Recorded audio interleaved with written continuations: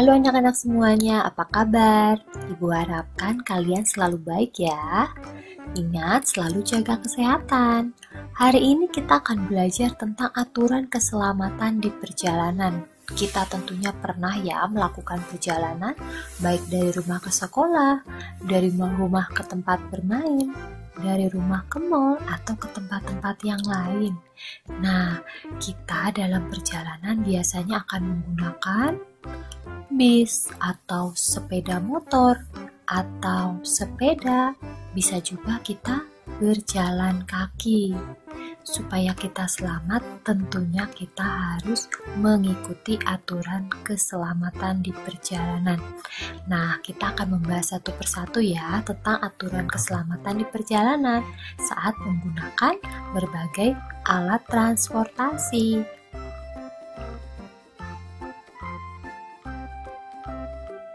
Kita mulai saja ya. Sekarang kita simak dulu teks percakapan berikut. Mengapa kita tidak boleh mengeluarkan anggota badan melalui jendela, Bu?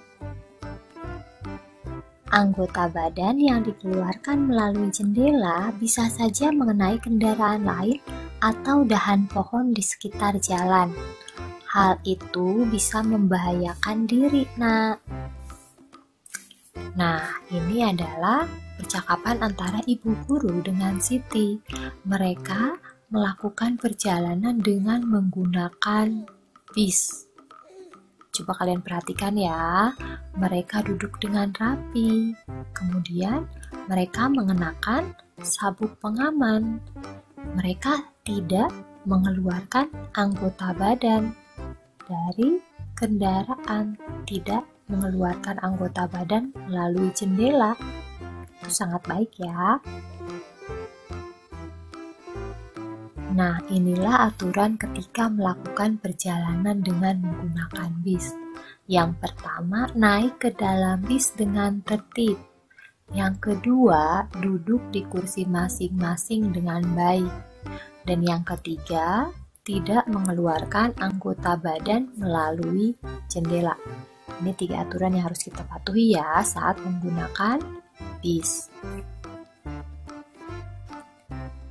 Nah, ini adalah gambar Siti dan teman-temannya yang akan pergi dari rumah ke tempat bermain. Mereka pergi menggunakan sepeda ya. Aturan apa saja yang harus dipatuhi saat menggunakan sepeda?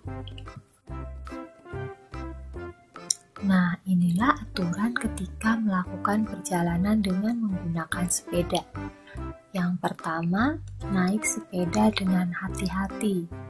Yang kedua, memperhatikan suasana dan benda-benda di sekitar dengan baik. Kita harus perhatikan ya, jalannya ramai atau tidak, banyak kendaraan atau tidak.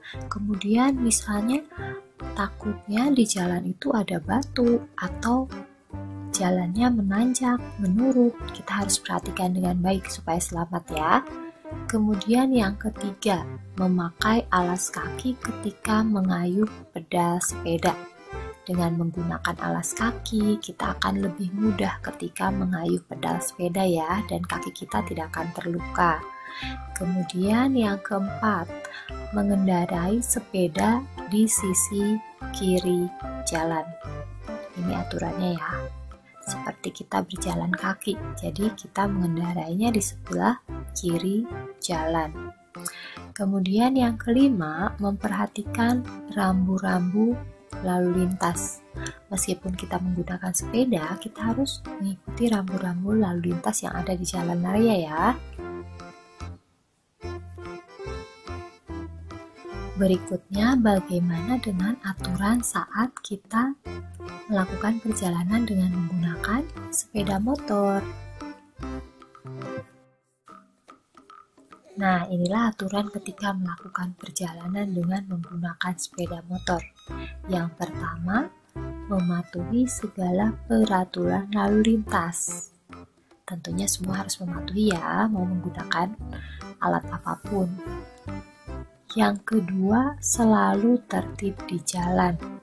Kemudian yang ketiga, menjaga kendaraan dalam kondisi yang baik. Kita pastikan sebelum kita melakukan perjalanan, kita cek dulu kendaraannya, layak jalan atau tidak, baik tidak, mungkin dilihat dari bensinnya cukup atau tidak ya. Kemudian yang keempat, menggunakan pakaian yang pas dan baik, serta menggunakan sepatu dan helm.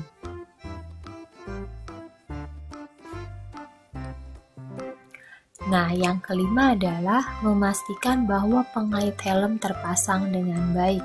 Helm itu fungsinya untuk melindungi kepala kita. Kalau misalnya terjadi sesuatu yang gak diinginkan, kita misalnya jatuh, kepala kita nanti tetap terlindungi. Nah, jika pengaitnya tidak terpasang dengan baik, sia-sia penggunaan helm, karena pada saat terjatuh mungkin helm itu akan terlepas. Jadi pastikan pengait helm itu terpasang dengan baik. Kemudian yang keenam, menyalakan lampu utama sepeda motor. Sekarang sepeda motor diwajibkan untuk menyalakan lampu utama ya, walaupun siang hari. Tujuannya adalah supaya pengendara lain, mobil atau motor di tempat yang lain bisa tahu adanya sepeda motor itu. Jadi bisa mengantisipasi kalau sepeda motor itu lewat atau mau lewat, karena sinar lampu itu akan terpantul dari kaca spion. Jadi pengendara lain bisa tahu kalau akan ada sepeda motor. Mereka bisa menjaga jarak seperti itu ya. Kemudian untuk yang ke-7, yaitu memastikan lampu penunjuk arah berfungsi dengan baik. Lampu penunjuk arah bisa disebut juga biasa lampu sen ya. Jadi nanti kita akan menyalakan lampu sebelah kiri jika akan belok ke kiri, dan menyalakan lampu sebelah kanan jika akan belok ke sebelah kanan. Ini supaya orang lain, misalnya pengendara lain atau pejalan kaki, bisa tahu kita akan belok kemana. Jadi mereka bisa siap-siap ya. Kemudian yang ke-8, yaitu mengecek kaca spion apakah terpasang dengan benar. Kaca spion fungsinya supaya pengendara bisa melihat ke belakang, bisa tahu ya keadaan di belakang, misalnya ada kendaraan lain atau misalnya ada pejalan kaki. Jadi bisa mengantisipasi agar tidak terjadi kecelakaan. Nah, kita juga bisa ya melakukan perjalanan dengan cara berjalan kaki. Inilah yang Udin lakukan bersama teman-temannya. Untuk gambar pertama, mereka berjalan di trotoar. Kemudian gambar kedua, mereka menyeberang melalui jembatan penyeberangan. Kemudian gambar yang ketiga dan gambar yang keempat, mereka menyeberang jalan di zebra cross pada saat lampu merah ya. Lampu merah menyala, jadi kendaraan berhenti, mereka bisa berjalan menyeberang. Nah, inilah aturan yang harus dipatuhi ketika melakukan perjalanan dengan berjalan kaki. Yang pertama, berjalan di trotoar. Yang kedua, berjalan di sebelah kiri. Yang ketiga, berjalan tidak bergerombol atau bercanda. Dan yang keempat, menyeberang di zebra cross atau jembatan penyeberangan. Nah, inilah contoh-contoh rambu-rambu lalu lintas. Yang pertama, lampu pengatur lalu lintas. Yang kedua, artinya banyak lalu lintas sepeda. Yang ketiga, ada penyeberangan pejalan kaki. Yang keempat, dilarang berhenti. Kemudian yang kelima, dilarang masuk. Yang keenam, dilarang parkir. Berikutnya, tikungan atau belokan ke kanan. Nah, yang berikutnya adalah jalan dua arah. Kalau ada panah berbentuk lingkaran, ini artinya bundaran dengan prioritas. Kemudian ada gambar mobil dan motor dikasih garis, itu artinya mobil dan sepeda motor dilarang masuk. Kalau yang ada gambar trompetnya yang dikasih garis, itu artinya dilarang membunyikan isyarat suara atau klakson ya, tidak boleh membunyikan klakson. Kemudian ada gambar sepeda dikasih garis, itu artinya sepeda dilarang masuk. Nah, untuk gambar berikutnya ada gambar mobil dan segitiga seperti itu artinya jalan menanjak. Nah, gambar berikutnya itu artinya jalannya licin. Kemudian gambar berikutnya ada jalan yang cekung. Nah, kalau ada seperti itu 4,2 m maksudnya batas ketinggian kendaraan.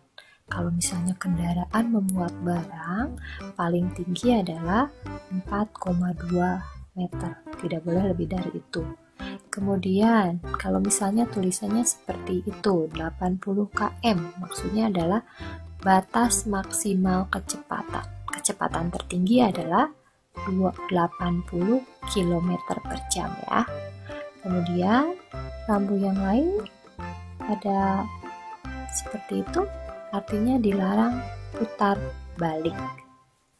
Nanti kalian pelajari lagi ya, masih banyak rambu-rambu lalu lintas yang ada. Dengarkan aturan yang Ibu sampaikan ya nak. Anak-anak harus mematuhi aturan perjalanan kita. Ada yang tahu mengapa kita harus patuh pada aturan? Tahu Bu, agar kita selamat dalam perjalanan. Selanjutnya, selamat pula kembali ke rumah masing-masing. Hebat anak Ibu. Jadi kita harus patuh pada aturan perjalanan kita ya nak. Iya Bu. Nah, dari percakapan ini sudah jelas ya, kita harus mematuhi aturan perjalanan. Nah, tujuannya apa? Tujuannya adalah supaya kita selamat dalam perjalanan dan kita bisa selamat pula kembali ke rumah. Nah, inilah manfaat mematuhi aturan di perjalanan. Yang pertama, kita akan selamat dalam perjalanan.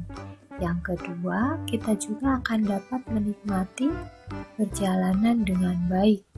Dan yang ketiga, kita akan merasa aman dan nyaman dalam perjalanan.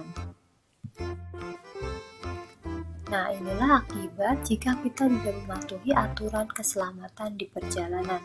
Yang pertama adalah timbul masalah atau kecelakaan. Yang kedua, ditilang polisi. Yang ketiga, terjadi kemacetan. Dan yang keempat, menjadi bahan pembicaraan orang lain. Ini berarti pengendara lain ya. Nah, sampai di sini dulu ya pembelajaran kita tentang aturan keselamatan di perjalanan. Kalian laksanakan ya ketika kalian melakukan perjalanan. Dadah, sampai jumpa lagi.